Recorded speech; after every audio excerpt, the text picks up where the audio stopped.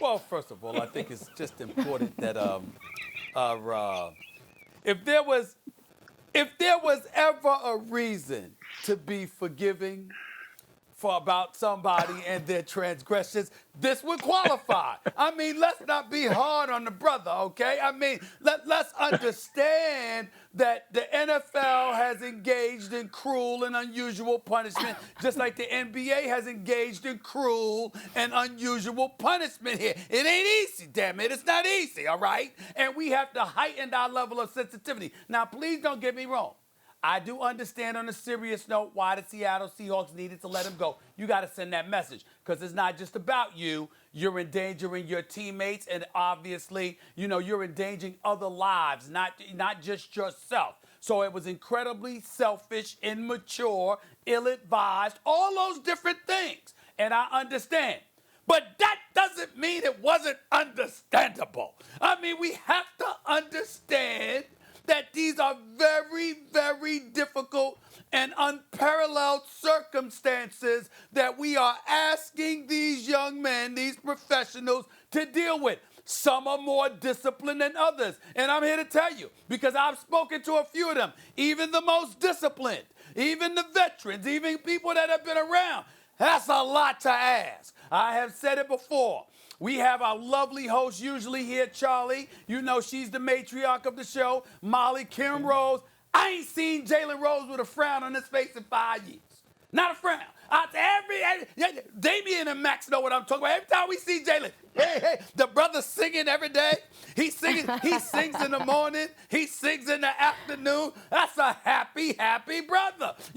I'm sorry I haven't seen Mrs. Woody in a while, but you know what? I know that Damian Woody's always smiling. Max Kellerman, that brother, listen, the brother got 3 beautiful daughters every day. Max, except the only time you don't see Max smiling is when he's leaning forward reading something. Other than that, the minute he props up, hey, he's smiling. Why? Because he has someone. You tell Max he got to stay away for weeks at a time, it's going to be a problem. You tell Woody, Woody, how many children do you have, Woody? How many children you and your wonderful family? You got about 6, 7 kids, Woody? Come on, Might man. be having another one right now for all we know. By the time you turn around, Damian Woody's got another kid. All I'm trying to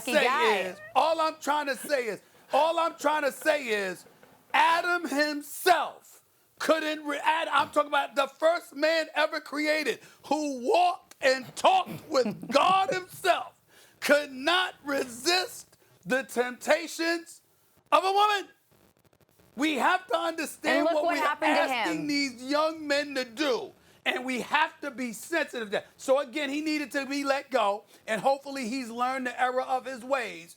But all I'm trying to say is, on a macro level, those NFL players, those hockey players, those NBA players in that bubble, we are asking an awful lot of them. And I want to sit up there and tip my cap to them for the sacrifices that they are making. It is cruel. It is clearly unusual. It's a whole lot to ask. And I applaud them for the discipline that they've exercised, because most of us couldn't do it. Well, you know what the best part for me is, the question I really have. You wanted even more, right? the question I have is, he tried to sneak her in Seahawks gear, right? So what is this? Is this like The Little Rascals or one of those shows like Bugs Bunny or something where they try to get into the movie theater but they're too little, so you got 3 kids standing on top of their shoulders and stuff with a trench coat on? How does that work? Or is she just, football player size? I see you, no problem there. I'm just wondering, how did that happen? Did he really think he was going to smuggle her in and people were going to mistake her for a member of the Seattle Seahawks? Is that what I'm to understand? She came in full disguise like she was playing football? That's the best detail I've heard about any sports story in a long time. Max, if you starving, a cracker will taste like a steak. That's hilarious. Damien. Man, let me try to bring a serious tone to this conversation because Lord knows Stephen A. is just taking this thing completely off the rails here. And listen, my man, you were literally an undrafted free agent coming into the National Football League. Undrafted free agent. And we know during this pandemic, if there was any group of players that was going to have it tough, it was going to be rookies, particularly the kinds that didn't get drafted. So not only did you put your future in jeopardy, but you also hurt the team by being selfish to try to bring a female into the hotel, and now you have paid for it with your job. Now, like Stephen A. said, I get it. I understand. Times are hard. We're in a pandemic. But, man, you're trying to make a football team. You've worked all your life to get to this point. And one night, trying to sneak you something has cost you a roster spot, a potential roster spot on a National Football League roster. So how do you know it's one night, Damian? You're right. You know what? You're right. He got caught this time. Who knows? Hey, listen, let me tell you something. Hey. That has brought down kingdoms. It is undefeated. But man, you gotta have a little bit of self-control to try to win yourself a job.